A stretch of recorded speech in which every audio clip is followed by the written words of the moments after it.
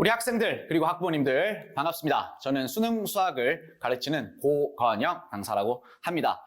자, 오늘 이 영상을 통해서 2023학년도 수능 분석을 하고요. 이를 바탕으로 2024 수능 수학 어떻게 확실하게 1등급을 받을 수 있는지 한번 설명을 드리는 시간을 가져보고자 합니다. 일단 간단하게 제 소개를 먼저 드리자면요. 저는 이제 햇수로 12년째 목동 지역에서 쭉 고3 친구들, 연수 친구들 만나고 있고요. 그 다음에 6년 정도 전부터 유인어스 학원에서 고3 친구들 만나면서 목동 강서 지역을 중심으로 활동하고 있는 수능 전문 강사다. 이렇게 저를 좀 봐주시면 좋을 것 같습니다. 자, 오늘 이 영상을 통한 설명에는 일단은 수능 수학을 분석을 할 겁니다. 지금 진행되고 있는 선택형 수능 수학 영역을 정확하게 파악을 하고 요즘의 트렌드가 어떤지 말씀을 드리고요. 그 다음에 그래서 이를 바탕으로 2024학년도 수능 수학 어떻게 하면 우리가 최고의 등급을 받을 수 있을지 그런 전략 부분 말씀을 드리고, 그리고 이제 저는 이 목표를 위해서 어떻게 수업을 진행을 하는지까지 한번 말씀을 드려보고자 합니다. 첫 번째, 올해 수능 분석입니다. 난이도는 어땠느냐? 일단은 제가 가르친 친구들이 직접 말해준 내용으로 시작을 한번 해보려고 해요. 문자로 온 내용들이에요. 가채점을 하고 수능 당일 또는 다음날 온 문자들인데 이렇게 반응을 했습니다. 선생님 객관식 4점이 좀 어렵긴 했지만 선생님이랑 공부한 대로 나왔어요. 사실은 가장 듣기 좋은 말입니다. 우리가 공부한 대로 나왔다. 수능 때 잘 풀었다는 얘기거든요. 그 다음에 파지검사. 학생들은 좀 생소할 수 있어요. 파지검사가 뭐냐면 수능 시험지를 딱 받으면요. 자, 이제 파지검사 하세요. 그래서 혹시 시험지가 파본인지 잘못됐는지 체크하는 시간이 있습니다. 그럼 그때 이제 한 페이지 한 페이지 넘겨보거든요. 그러면 문제를 하나하나 읽기는 힘든 시간이지만 쓱 볼 수가 있어요. 그 파지검사를 하는데 늘 보던 문제가 늘 있던 자리에 있었대요. 그럼 어떻겠습니까? 마음이 굉장히 편해지겠죠. 이거 이따 보면 특별히 겁먹을 필요 없겠는데 이런 생각이 드는 거죠. 그걸 확인하고 편안하게 시험 볼 수 있었어요. 당연히 이 친구 시험을 잘 봤겠죠. 자, 요건 이제 제가 가르친 친구들의 얘기였고요. 등급 컷을 봤을 때 어떻게 나왔을까? 자, 1컷은요. 예상대로 나왔습니다. 그러니까 시험지를 본 모두가 예상한 대로 나왔어요. 그런데 약간 예상 밖의 컷이 2, 3컷, 2등급, 3등급 컷을 딱 보니까 어떤 느낌이 드냐면 뭐지? 요런 느낌. 그러다가 아래 4, 5등급 컷을 딱 보자마자 요런 느낌이에요. 자, 숫자 보면서 말씀드릴게요. 확률과 통계, 미적분, 기하. 당연히 1컷이 조금씩은 다릅니다. 왜냐하면 이게 선택형 수능에서 나올 수 있는 좀 다른 모습인데 미적분 선택자들의 평균 점수가 높기 때문에 아무래도 미적분은 한 문제 정도 항상 등급컷이 낮게 나옵니다. 무슨 말이냐? 미적분을 84에서 86을 받을 정도의 공부량을 확률과 통계로 그대로 공부했을 때 88점이 나온다. 왜? 미적분이 공부할 게 많기 때문이죠. 그래서 전반적으로 확률과 통계랑 미적분의 차이를 보시면은 조금씩 차이가 나요. 88에 80, 평균 되면 85, 79, 80인데 여긴 76, 77. 한 2, 3점 정도씩 계속 미적분 등컷이 낮죠. 그 이유 아시겠어요? 미적분이 어렵기 때문에 미적분을 공부하는 양을 똑같이 확률과 통계를 하면은 점수는 조금 높게 나올 수 있다. 이런 뜻으로 받아들여 주시면 됩니다. 기하는 어떤 시험에서는 미적분과 비슷한 모양을 따르고 어떤 시험에서는 확률과 통계와 비슷한 모양새를 보입니다. 왜냐하면 기하라는 선택 과목이 어떻게 출제되느냐에 따라 다르고 모집 단수, 그러니까 전체 응시생 수가 적다 보니까 약간 변동성이 있기는 해요. 그런데 이번 수능 같은 경우는 기하가 조금 쉽게 나와서 확률과 통계와 비슷한 모습을 보여주고 있습니다. 자, 그런데 아까 말씀드린 거 1컷이 88이고 여기 84에서 86, 88 요건 예상대로 나왔어요. 그런데 2등급하고 3등급이요 1등급에 비해서 되게 낮게 나왔어요. 보통 1등급이 88점인 시험의 2등급은 한 74에서 76 사이가 나옵니다. 그리고 죄송합니다. 3등급이요. 2등급은 80이기도 하지만 한 82, 3까지 올라가기도 해요. 3등급 컷을 보시면 딱 알 수가 있는 게 88점 1등급 컷이라면 3등급 컷이 한 74, 76 이 정도 나와야 되는데 3등급 컷이 뚝 떨어졌어요. 그 다음에 4, 5등급 컷의 갭이 더 커집니다. 4등급을 받기 위해서 55에서 56점, 미적분 선택 같은 경우는 50점만 겨우 넘겨도 4등급 상위 36%에 들어갈 수가 있는 거예요. 5등급은 사실은 보지 않겠습니다. 왜? 5등급 우리 친구들이 받을 점수가 아니죠. 그렇죠? 자, 어떤 시험이었냐? 최상위권, 상위권 1, 2등급 친구들한테는 시험이 쉽게 느껴졌어요. 중상위권 학생들에게는 그냥 우리가 공부한 거 그대로 보통이거나 살짝 어렵게 느껴졌어요. 그런데 중하위권 친구들에게는 이 시험지는 굉장히 어려운 시험지였습니다. 왜냐? 3점은 다 쉬웠고요. 4점의 한두 문제를 제외하고는 확 올라가 버리니까 중간이 없는 시험이었다는 거죠. 뭐 이게 좋은 시험이냐 나쁜 시험이냐 그거는 뒤로 잠깐 미루더라도 시험지 자체가 이제는 4점짜리를 결코 쉽게 내지 않습니다. 뭐 이제는이라고 말하기에는 사실 작년 수능도 그랬고 올해 6월, 9월도 그랬고 올해 수능도 그렇게 나왔습니다. 그러니까 최상위권 입장에서 그럼 선생님 최상위권도 어려운 건 어려운 거잖아요. 대신에 킬러 문제가 이젠 킬러 문제가 아니라 준킬러 문제급으로 살짝 내려왔어요. 그러니까 준킬러 문제를 잘 푸는 친구들 입장에서는 가장 어려운 문제조차 그렇게 어렵지 않았기 때문에 시험이 쉽다고 느껴졌던 거고, 킬러 문제를 안 풀고 준킬러 쪽에 집중하는 친구들은 어차피 뭐 킬러가 준킬러나 어쨌든 어려운 건 어려우니까 내가 풀 수 있는 것만 풀자라고 했을 때는 보통 또는 다소 어려움이 나온 거고, 중하위권 친구들은 쉽게 풀 수 있는 4점짜리, 그러니까 내가 풀 수 있는 4점짜리가 적었던 거죠. 그러니까 되게 어렵게 느꼈던 거예요. 근데 문제는 이런 시험이 앞으로 계속 될 거라는 겁니다. 이유가 있어요. 이유가 뭐냐? 이 선택형 수능이라는 이 구조적인 결함이라고 표현한다면 사실은 조금 평가원이 섭섭할 수도 있겠지만 현장에서 수업하고 있는 제 느낌엔 그렇습니다. 구조적인 결함이 있어요. 수학시험지인데 문과와 이과를 같은 공통시험지로 평가한다는 것 자체가 저는 말이 안 된다고 생각을 해요. 당연히 미적분을 선택하는 친구들, 옛날로는 이과죠, 그렇죠? 그러면 당연히 어떻겠습니까? 수학에 좀 관심이 있고 수학에 좀 흥미가 있고 이런 친구들이 공부를 하고 또 이과로 진학을 할 거니까 아무래도 이과 학과들은 공대라든가 자연과학대는 수학을 많이 본단 말이에요. 그러니까 수학 공부를 더 많이 하게 되죠. 그런데 확통 선택하는 친구들은 대부분 문과 계열에 지원을 할 거기 때문에 수학 공부를 그렇게 많이 하지 않습니다. 실제로 정시 지원할 때도 반영하는 퍼센테이지가 낮아요. 그러다 보니까 똑같은 시험을 보는데 공부량이 다르단 말이죠. 확통 선택하는 친구들은 수학 공부량이 적고 미적분 기하 선택하는 친구들은 수학 공부량이 많을 수밖에 없어요. 그러다 보니 이 똑같은 시험지를 봤을 때 평균 점수가 아무래도 미적분하고 기하 선택하는 친구들이 높다는 거죠. 그래서 아까 그 약간이지만 이번 시험 되게 이상적으로 잘 나왔습니다. 약간이지만 등급 컷의 차이가 생깁니다. 그러니까 이 구조적인 결함이 있는 시험이에요. 그런데 이 구조적인 결함이 있는 시험에 이 결함을 숨기는 방법이 무엇이냐? 바로 공통을 어렵게 내면 됩니다.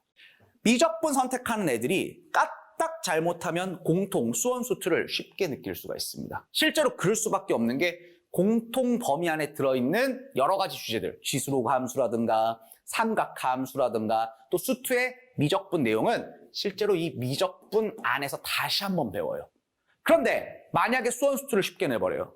그러면 미적분 선택자들은 수원수투를 그냥 이런 표현 써도 될까요? 날로 먹는 겁니다. 그러니까 그게 날로 먹으면 안 되죠. 왜? 확통 선택 친구들은 불리해져 버리잖아요.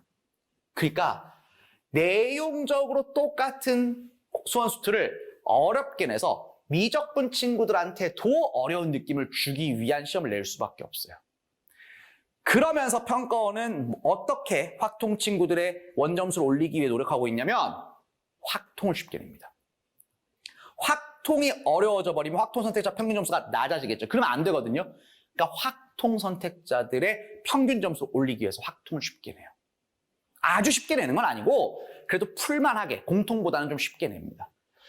선생님 그럼 미적분 어렵겠네요? 근데 또 미적분을 너무 어렵게 내면 안 돼요.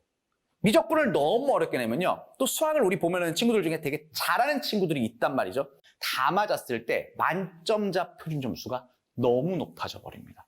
그러면 그 친구들은 국어랑 영어를 잘 못 봤는데 수학 한 과목만 갖고 대학을 가요. 이것도 평가원에서 원하는 그림이 아닌 거죠. 그러니까 지금의 이 선택형 수능은 정해져 있습니다. 꼴 자체가. 공통은 어려울 수밖에 없다.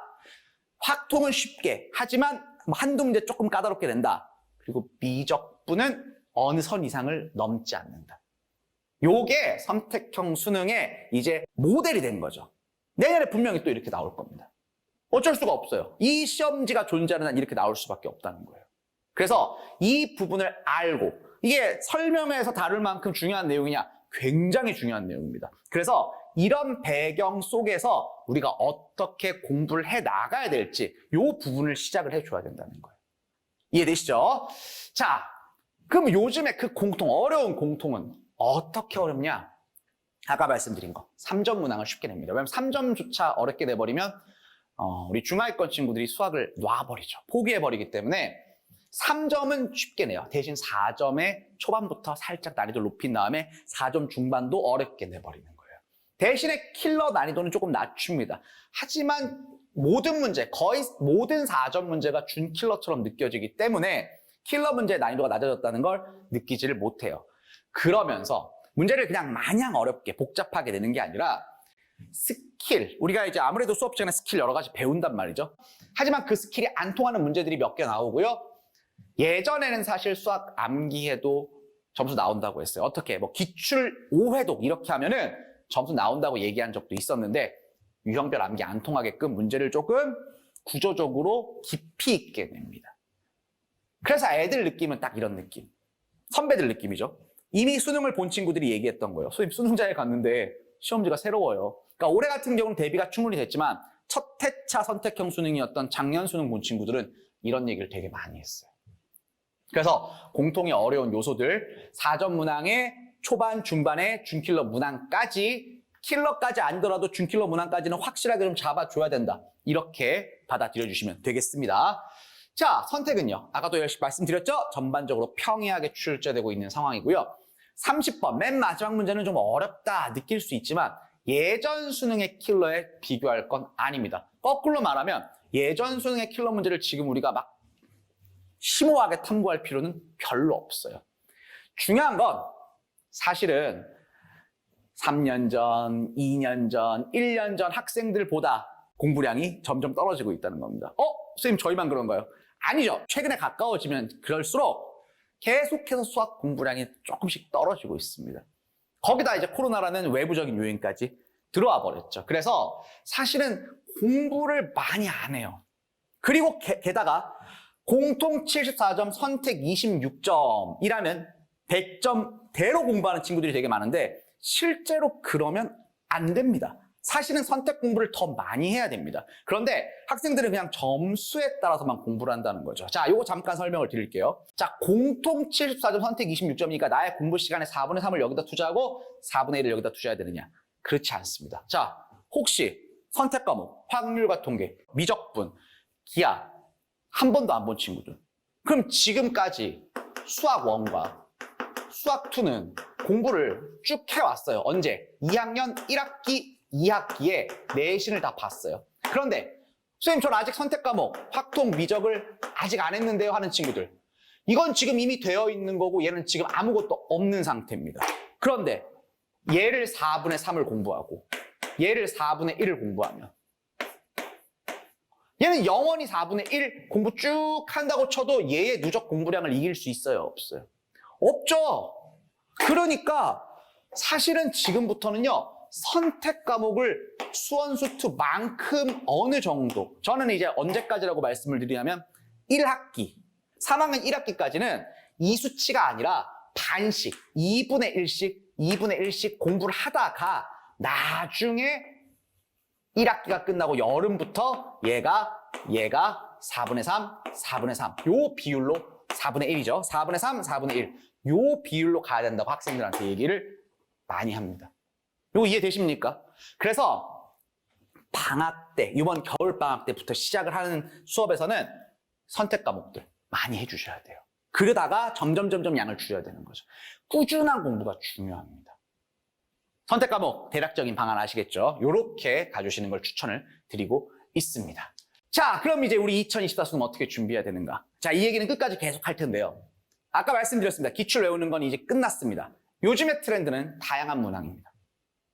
그리고 요거는 제가 정말 저의 커리어를 모두 걸고 학생들 학부모님들께 말씀을 드립니다. 풀고 질문하는 건 공부 아닙니다.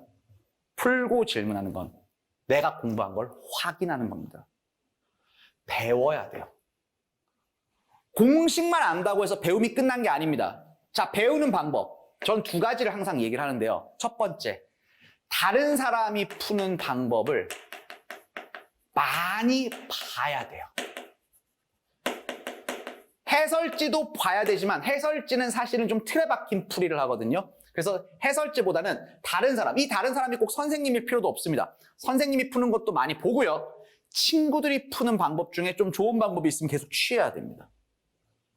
봐야 됩니다. 근데 네가 풀고 질문을 하느냐, 아무래도 질문자에 맞게끔 대답을 해주기 때문에 사실은 그 풀이는 남이 푸는 걸 보는 거라기보다는 내가 푸는 걸 수정하는 방법밖에 안 된다는 거죠. 그래서 다른 사람이 푸는 걸 많이 봐야 하고요.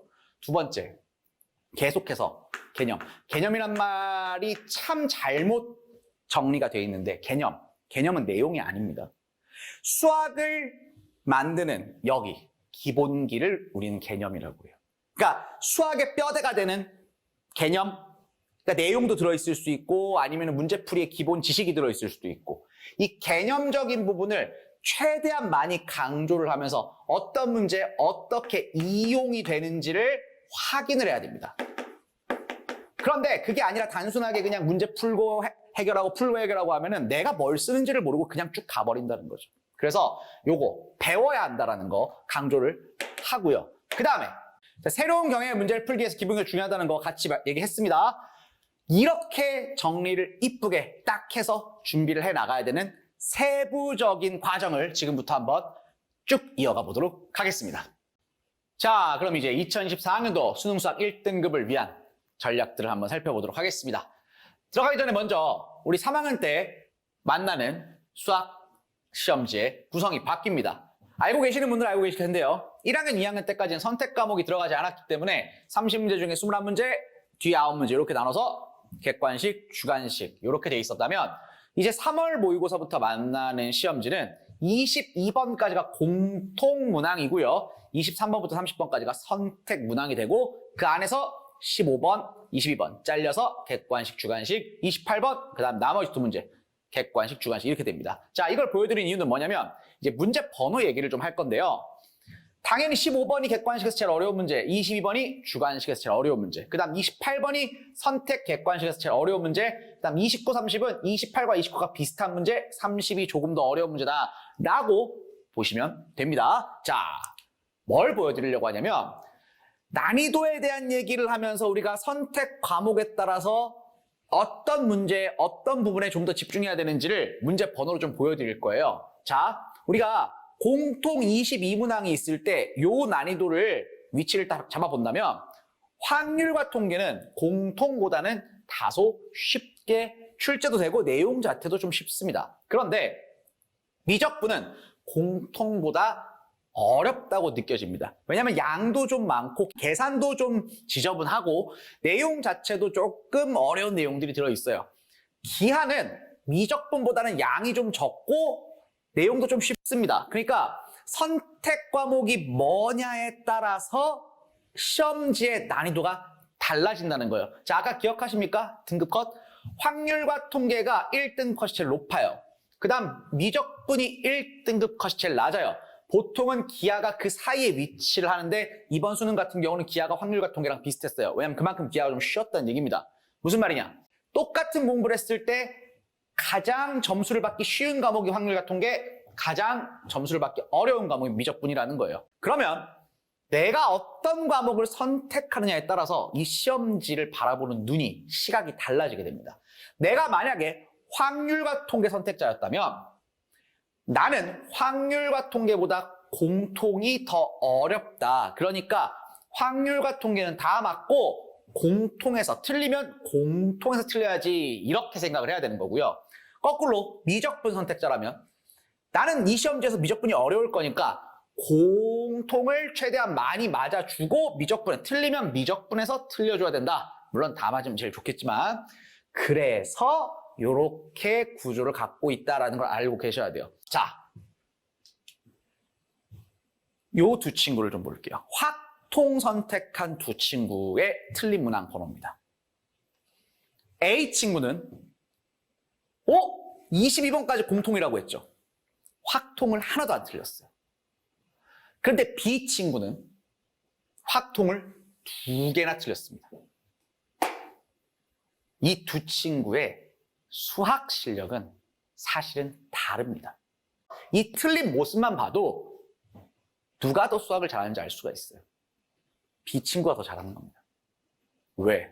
공통을 2개밖에 안 틀렸고 그 2개 틀린 게 15번, 22번 가장 어려운 2개를 틀린 거죠. 이 친구는 어떤 친구냐? 공통만 4개를 틀렸네. 보세요. 이 친구가 맞은 거를 얘는 틀렸죠. 이 친구가 맞은 걸 얘는 틀렸죠. 그러니까 얘가 수학적 실력은 조금 더 떨어지는 애예요. 선생님 이 친구는 확통을 다 맞았으니까 확통 틀린 게 하나도 없네요. 이 친구도 수학 잘하는 거 아니에요? 아니에요. 이 친구가 방심한 겁니다. 이 친구가 확통을 약간 무시한 거예요. 공통을 2개 틀릴 실력이면요, 확통은 다 맞아야 돼요. 원래 이 친구의 실력은 92점을 받을 실력이었는데 이거 2개 때문에 얘랑 똑같은 점수가 된 거예요. 어떤 이미지로 보시면 되냐면 이 친구는 공부를 굉장히 꼼꼼하게 열심히 하는, 선생님 전 수학을 잘 못하는 것 같아요. 하지만 공부를 꼼꼼하게 되게 열심히 하는 친구라면 이 친구는 수학적 약간 자신감이 있고 나 15번하고 22번을 풀고 싶은 마음이 되게 커요. 그래서 확통을 빨리 풀고 공통의 킬러 문제를 풀고 싶은 거죠. 그러면서 성급하게 문제를 풀어서 틀렸을 가능성이 굉장히 크다는 겁니다. 똑같은 점수지만 요거만 딱 봤을 때 이 친구들이 공부하는 패턴을 알 수 있다는 거예요. 확통 선택자들은 2단계로 먼저 가셔야 됩니다. 확통을 빠르게 다 맞는 게 굉장히 중요합니다. 그리고 나서 공통의 시간을 투자를 내서 시기가 지나면 지날수록 아까 요 2문제 있죠? 요거 2개를 맞춰 나가는 게, 그래서 최종적으로 수능 때 물론 다 맞으면 좋겠지만 과정상에서 요 2개만 틀려서 92점 받는 게 제일 좋다는 거죠. 반대로 미적분 선택자는요, 자 똑같이 볼게요. 미적분 선택자는 A 친구 어때요? 공통을 3개를 틀리고 미적을 하나만 틀렸어요. B 친구는 어때요? 미적분 2개를 틀리고 공통 2개를 틀렸어요. 자, 누가 더 수학적 실력이 좀 높은 친구로 보이십니까? 이번엔 A 친구입니다. 미적분을 하나밖에 안 틀렸어요. 그러니까 미적분을 7문제를 맞출 수 있다는 건 실력이 굉장히 좋은 친구라는 거예요. 그런데 공통을 3개나 틀렸어요. 이러면 안 되죠. 공통의 시간 투자를 조금 더 해서 내가 맞출 수 있는 거 빨리 맞춰내야 됩니다. 상대적으로 이 친구는 미적분 28번을 틀렸습니다. 하지만 공통을 하나 더 맞았죠. 그러니까 이 친구가 아까 확통 선택자의 A 느낌, 꼼꼼하게 공부를 열심히 해서 전략을 잘 세운 그런 친구라는 거죠.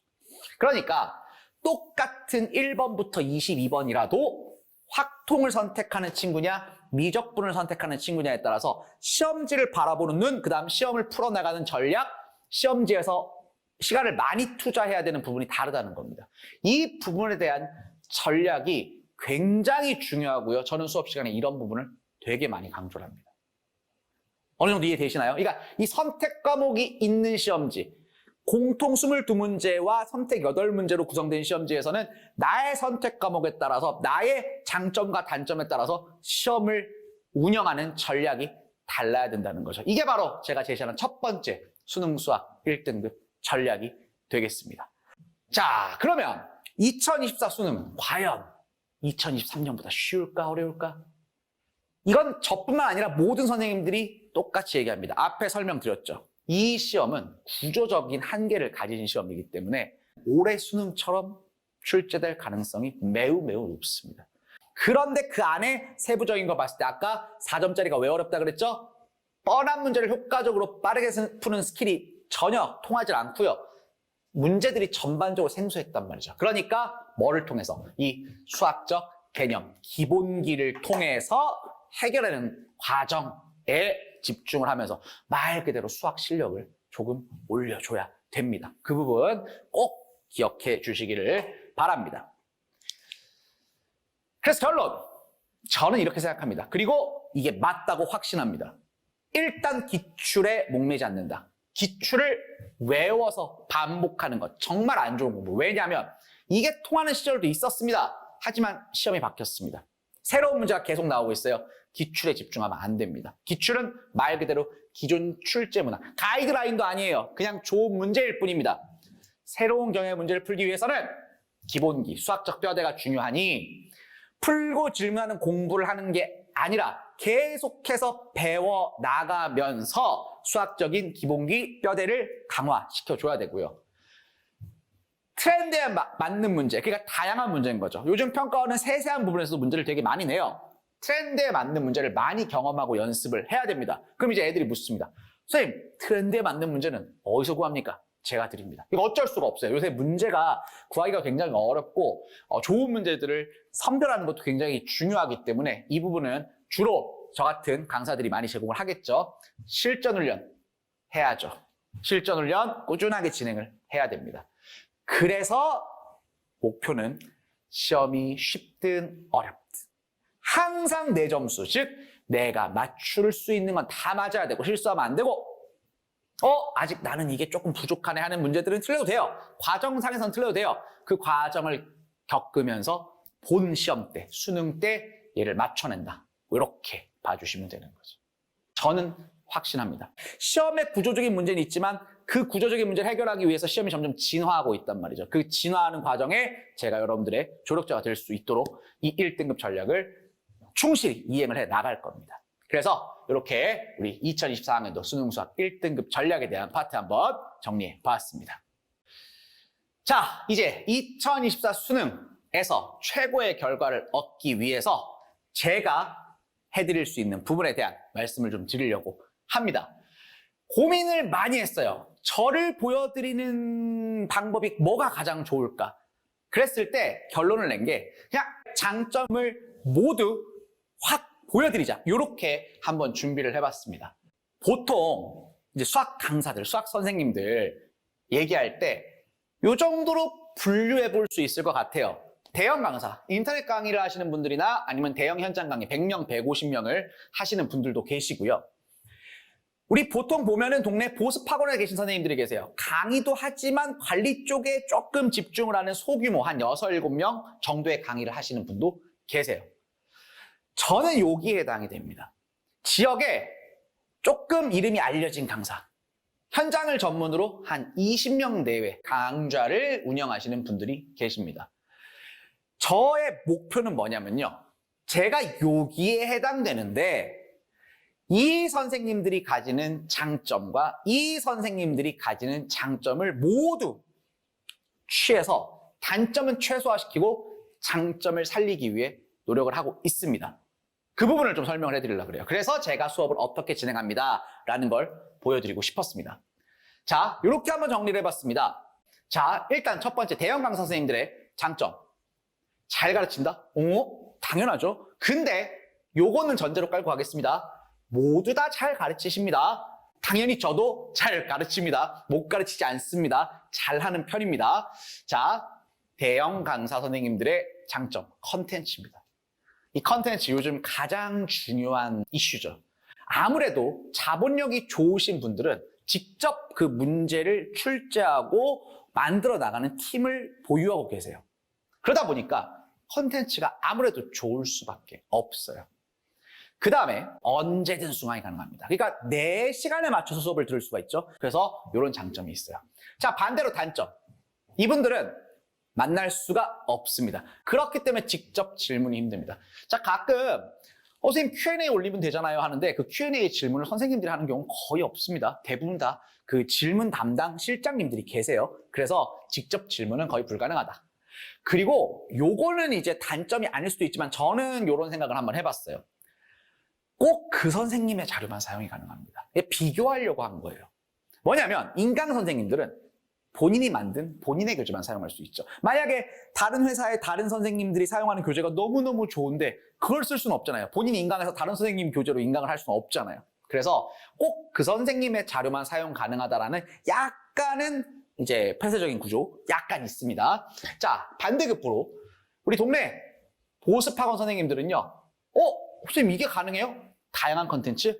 자, 완전 반대 개념입니다. 요거랑 반대 개념이에요. 구입하면 뭐든 사용할 수 있습니다. 근데 그거에 또 반대급부가 있겠죠. 그 선생님만의 컨텐츠를 만들기는 힘듭니다. 왜냐?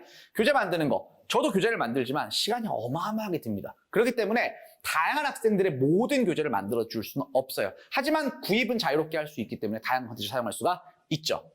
자, 현장에서 언제든 만날 수 있다는 장점이 있습니다. 하지만 오히려 이 수업의 강의 시간이 가장 짧습니다. 수업 시간이 가장 긴 건 인강이에요. 왜냐면 인강은 촬영되어 있는 강의가 굉장히 많기 때문에 강의 시간은 얘가 제일 많아요. 근데 오히려 강의 시간이 짧고 대신에 현장에서 언제든 만날 수 있으니까 질문은 자유롭게 할 수가 있죠. 자, 그러면은 제가 해당되는 이 부분, 적당하고 다양한 컨텐츠를 활용할 수 있다. 이건 뭐냐면 저도 교재를 만듭니다. 제 교재가 있어요.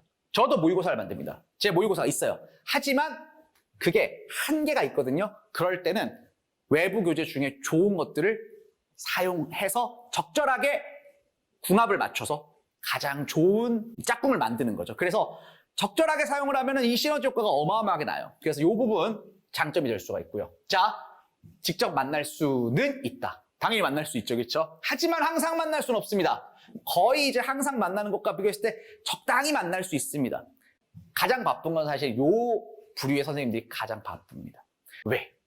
교재도 만들어야 되고 수업 준비도 해야 되고 그리고 컨텐츠가 있긴 있지만 요 컨텐츠에 비해서는 조금 약하죠. 이해되셨어요? 자, 그러면 저는 여기에 해당된다고 했습니다. 요게 장점과 요게 장점을 어떻게 취하는지 한번 설명을 드릴게요. 첫 번째, 당연히 컨텐츠입니다. 저는 컨텐츠를 그냥 사서 사용하는 게 아니고요. 자, 대성마임에게 정상모 선생님 다 아시죠? 저는 정상모 선생님과 일을 좀 오래 같이 했습니다. 교재와 모의고사에 검토를 하면서 이제 그 팀에서 같이 일을 합니다.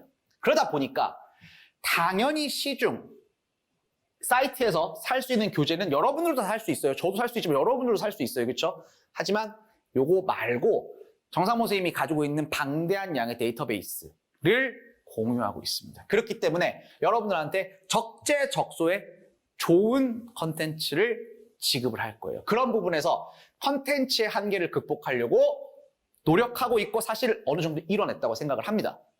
그 다음에 언제 어디서든 볼 수 있는 인강에 발맞춰서 저도 모든 강좌를 촬영을 합니다. 지금 보여드리는 이 화질로 촬영을 합니다. 그러니까 수업 듣는데 아무 지장이 없어요. 불편하지 않으시잖아요, 지금. 그죠? 그리고 수업 듣다 보면 가끔 졸리기도 하고요. 아니면 딴 생각하다가 놓칠 수도 있고요. 아니면 앞 문제 복기하면서 뒤에 문제 놓칠 수도 있죠. 집에 가서 다시 보실 수 있습니다.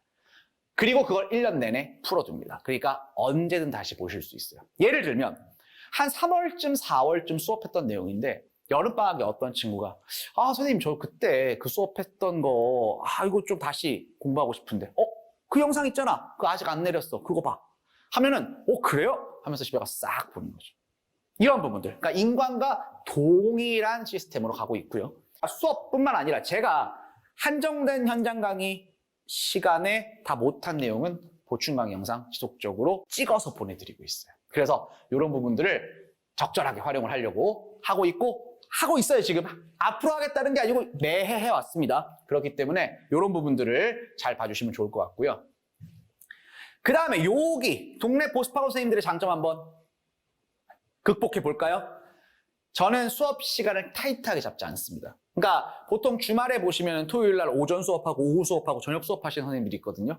저는 그렇게 안 합니다. 왜냐면 그렇게 되면은 수업 직전에 도착해서 수업 끝나면 빨리 가야 돼요. 그러면 여러분들 만날 시간이 없어요. 그렇기 때문에 수업 전후에 질의응답 시간을 충분히 확보를 하고요. 상담 시간 언제든지 만날 수 있도록 준비를 하고 있습니다. 그리고 문자랑 카톡 질문을 하는 친구도 요새 굉장히 많죠. 사진 찍어서 보내기도 하고, 그죠? 제가 답장합니다. 이거를 전 굉장히 중요하게 생각하는 게 학생 질문을 조교가 받았다가 수업 시간과 다른 얘기를 할 수도 있어요. 왜? 그 수업을 조교가 하는 게 아니고 제가 하는 거기 때문에. 다른 생각을 가질 수 있거든요. 그런데 그게 학생들에게 혼란만 가중하지 실제로 도움이 안 됩니다. 그렇기 때문에 저는 질문은 꼭 가르친 사람이 받아야 된다는 생각을 갖고 있습니다. 그래서 문자 카톡 질문, 현장 질문 당연하고요. 현장 질문은 당연히 받는 거고 문자 카톡 질문 직접 답장하고요. 다 해드리려고 노력합니다. 무리한 요청이 아니면 다 해드리려고 노력합니다. 그리고 이제 요 장점은 당연히 가져가는 거죠. 저도 모의고사 제작하고 당연히 학생들이 수업 시간에 보는 모든 교재는 제가 다 작업한 교재입니다. 그리고 아까도 말씀드렸지만 수업을 많이 하기보다는 학생들과 만나는 그리고 또 소통하는 부분에 되게 많이 신경을 씁니다. 그래서 물론 바빠요. 바쁘지만 준비된 수업에만 집중을 해서 학생들과 소통할 수 있는 그런 시간들 많이 만들려고 노력하고 있습니다. 그래서 그런 부분들 이렇게 보면 수업이 어떻게 진행되는지 거의 다 보이실 거예요. 그래서 이런 부분들 집중하고 있다는 거 한번 알아봐 주셨으면 좋겠습니다. 자, 그리고 이제 제가 또 되게 강조하는 내용이 뭐냐면 적중사례입니다. 근데 적중이라는 게요. 11월에 수능을 보는데 3, 4, 5월에 공부한 게 나왔다. 그걸 적중이라고 할 수 있을까요? 저는 이 부분에 조금 집착합니다. 파이널 기간에 공부한 게 수능에 나온다라고 수업 시간에 정말 계속해서 얘기를 하고요. 근데 그게 나올지 안 나올지 모르잖아요. 나올 것 같은 것들이 있어요. 그러면은 되게 많이 강조하고 제발 복습해달라고 얘기를 하는데 요거는 매해 조금씩 개수의 차이는 있습니다만 올해 되게 기분 좋게 많이 맞았어요. 이게 바로 그 친구가 했던 말입니다. 우리가 맨 앞에 봤던 거. 파지 검사하는데 늘 보던 문제가 늘 있던 자리에 있는 거죠. 시험 때요, 엄청나게 강하게 다가오는 긴장감을 풀어줄 수 있는 건 이거밖에 없습니다. 시험장에서 여러분들이 제가 떠오르게 만드는 거예요. 옆에서 음성 지원을 하는 거예요. 야, 이거 나온다고 했잖아. 이렇게 했을 때 시험의 긴장감이 싹 풀어지는 거죠. 올해 실제로 일어났던 일들을 좀 보여드릴게요. 이러기 위해서 정말 노력하고 있다는 겁니다. 자, 학생들은 딱 보면 알 거고 학부모님들은 이게 뭐야? 라고 하실 텐데 이것만 보세요. 수능 10번 문제입니다. 둘러싸인 부분의 넓이 A, 둘러싸인 부분의 넓이 B. A랑 B랑 같을 때 뭘 구하시오? 수능 전주에 봤던 모의고사 문제입니다. 둘러싸인 부분의 넓이 A, 둘러싸인 부분의 넓이 B, A랑 B랑 같을 때 뭘 구하시오? 똑같은 문제예요. 식만 다르고 똑같은 문제예요. 물론 쉬운 문제예요. 쉬운 문제지만 3점짜리 문제지만 이렇게 나와주면 너무 고맙죠. 물론 수능에선 4점으로 나왔습니다. 쉬운 4점이죠. 그래서 우리가 모의고사 봤을 때는 3점으로 나왔지만 수능에선 4점으로 나왔다. 이런 식으로요. 자, 또 있습니다. 사실은 이 문제는 좀 다른 문제입니다. 그냥 주제만 같아요. 근데 되게 오랜만에 나온 거예요. n제곱근 중에서 정수. 수능 전주에 봤던 모의고사입니다. 4제곱근 중실수. 문제 풀이 과정은 달랐어요. 사실은 다른 문제예요. 똑같은 문제라고 말씀드리는 거 아닙니다. 그냥 구조가 비슷해요. 근데 이 n제곱근이라는 게 수능에 되게 오랜만에 나왔어요. 어쩌면 1, 2년 정도의 기출만 본 친구들은 못 보던 주제입니다. 근데 이번 수능에 나왔단 말이죠. 근데 바로 전주에 이걸 수업했네요. 저도 깜짝 놀랐습니다. 이런 식으로 학생들이 시험 시간에 딱 할 수 있게끔만 만들어줘도 반은 먹고 들어가는 겁니다. 자, 수능 20번 문제. 이거는 뭐 항상 나오는 문제긴 한데 기가 막히게 수능 전주에 수업했던 거에 20번에 똑같은 주제가 들어있었고 문제 구조도 속도, 가속도에 대한 얘기 똑같은 문제가 나왔습니다. 그래서 이런 부분들이 저도 기분이 너무너무 좋았던 그런 문제였고요. 확률과 통계에서도 하나 있었는데 확률과 통계 같은 경우는 카드 6개가 있죠. 그리고 앞에 이게 적혀있고 뒤에는 0이 적혀있어요. 그런데 수능 전전주에 했던 수업 시간에 카드 5장이 있죠. 앞에는 1, 2, 3, 4, 5가 적혀있고 뒤에는 5, 4, 3, 2, 1이 적혀있는 문제를 했습니다. 그러니까 이 문제를 보고 애들이 되게 반응이 많았어요. 확통 선택자들이 우와 선생님 이거 대박 이렇게 됐다는 거죠. 당연히 많이 맞았죠. 이건 진짜 많이 맞았습니다. 29번 문제였어요. 주관식 29번. 근데 수강생들 굉장히 많이 맞았습니다. 아까도 말씀드렸지만 운은 좀 좋았습니다. 운이 좋은 건 맞지만 사실 매년 이런 게 항상 있어 왔고 아이들한테 굉장히 많은 반응을 받았습니다. 왜? 제가 이런 걸 워낙 좋아해요. 새로운 문제로 올해 수능의 트렌드에 맞춰 나가는 걸 굉장히 좋아해요. 되게 즐겁게 작업을 하면서 맞춰주면 사실은 정말 그동안의 피로가 싹 풀리는 거죠. 학생들이 알아봐 주기만 하면 되거든요. 그래서 이렇게 하고 있다라는 거 한번 보여드리고요. 이 부분은 사실은 제 브로셔에도 들어있는 내용인데 이건 어머님들한테 드리는 말씀이 더 많은 것 같아요. 요즘 학생들은 옛날보다 공부를 안 한다고들 합니다. 그런데 사실입니다. 학생들은 사실 잘 모르죠. 근데 저는 이게 공부를 많이 시킨다고 된다고 생각하지 않아요. 왜냐하면 전체적인 학생들의 공부량이 줄어드는데 너만 공부를 열심히 해라라는 건 굉장히 힘든 얘기라는 거죠. 그러면 저는 어떤 부분에 집중을 하느냐? 남들과 똑같이 공부하는 시간에 더 높은 효율을 내서 더 정확한 공부를 내서 성적을 잘 내자는 겁니다. 그게 가능하느냐? 가능합니다. 한 가지 방법이 있어요. 무엇이냐? 제가 공부를 많이 하면 됩니다. 교재를 만들 때 더 많이 연구하고 트렌드를 계속 정확하게 맞춰 나가면서 학생들에게 제공을 하면 학생들은 그 공부만 해도 점수가 나오게 되어 있는 거죠. 그래서 저는 이렇게 생각합니다. 공부법에도 트렌드가 있다. 그러니까 공부를 열심히 하면 제일 좋겠지만, 많이 하면 제일 좋겠지만, 여러 과목 하다 보면은 치이는 게 또 수학이고, 수학을 열심히 해도 안 되는 경우도 있단 말이죠. 그 공부법의 트렌드를 정확하게 지켜나가는 거. 이게 바로 제 수업의 특징이다라고 봐주시면 감사드릴 것 같습니다. 자, 이제 마무리돼 갑니다. 그래서 이거 앞에서 설명드렸습니다. 저는 수학 1, 2와 확률과 통계 수업을 하고 있고요. 수시 친구들의 내신 대비까지도 책임을 집니다. 당연히 정시 친구들의 수능은 말할 필요도 없죠. 내신 휴강 없습니다. 쭉 갑니다. 내신 기간에 내신 대비할 친구 내신 대비하고요. 수능 공부할 친구들 수능 공부 시킬 겁니다. 다 할 겁니다. 제가 조금 더 고생하면 됩니다. 그래서 내신 기간에 휴강 따위는 없다. 그 다음에 숙제 수기 첨삭, 주간 교재, 문자 카톡 질문 뒤에서 한번 다시 설명을 드릴게요. 주간 교재인데요. 주간 교재는 말 그대로 주별로 만드는 겁니다. 매주 한 권의 교재가 제공이 됩니다. 그런데 이 주간 교재를 미리 만들어 놓는 게 아니라 매주 작업합니다. 그렇기 때문에 전체적인 커리큘럼은 정해져 있지만 매주 교재에 들어갈 문제나 이런 것들은 계속 수정이 됩니다. 전 시간에 이해도가 떨어지면 그 부분을 조금 더 보충해서 다음 주 교재에 넣고요. 전 시간에 이해도가 좋았어요. 제가 생각한 것보다 빠를 수도 있잖아요. 그러면 조금 더 빠르게 진행을 하고 난이도 높은 문제를 더 배치를 해버립니다. 그 다음에 제 수업에서 조교가 하는 딱 하나의 일입니다. 숙제 수기 첨삭합니다. 질문을 써서 제출하면은 조교가 상세하게, 물론 그 답안은 제가 제공을 하지만 상세하게 학생들의 눈높이에 맞춰서 답장을 해주는 형태라고 보시면 되겠죠. 이런 것들 하고요. 제가 다 관리한다고 말씀드렸습니다. 질문 상담 제가 다 하고요. 당연히 어머님들께, 학부모님들께는 스마트폰과 어플리케이션을 통해서 학생들의 현재 상황들을 계속 안내를 드리고 있으니까 이 부분은 모든 선생님들 다 하고 계시니까 같이 한다 생각하시면 되겠죠. 그죠? 1년 컬입니다. 1월부터 3월 모의고사까지는 전과점 실점 개념 완성. 그러니까 수학 1, 2는 크게 한 바퀴를 돌리고 확률과 통계는 2바퀴 정도를 돌립니다. 그래서 3월 모의고사 완벽하게 대비를 하고요. 그 다음에 3월 모의고사 끝나고 중간고사 내신 기간까지는 아까 말씀드린 대로 수시 준비하는 친구들은 내신 대비 가고요. 중간고사 대비. 선생님 전 정시할 거예요 하는 친구들은 수능 대비해서 쭉 계속 진행합니다. 그래서 원하는 수업 모두 제공을 해드리고요. 그래서 시즌2가 아니라 1.5라고 잡아놓은 거고요.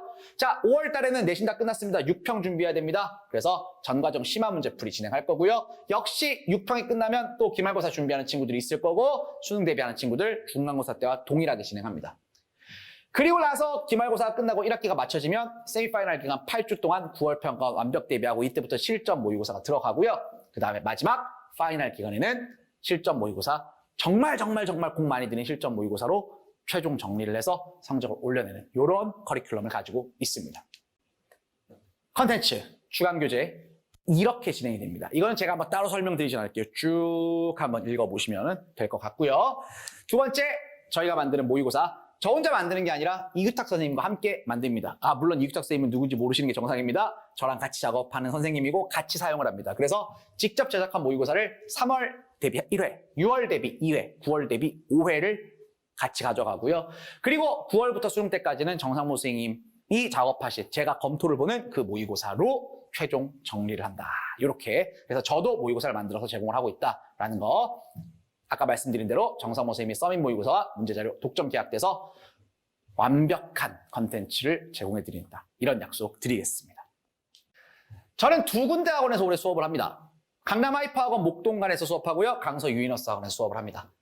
강남 하이퍼학원 목동관에서는 금요일 날 공통 수업을 진행하고 일요일 날 확률과 통계 수업을 진행을 하고요. 강서 유니너스 학원에서는 2개 반씩 공통 수업, 선택 수업 2개 반씩 진행을 합니다. 그래서 이렇게 시간표 된다라는 거 한번 확인해 주시고요.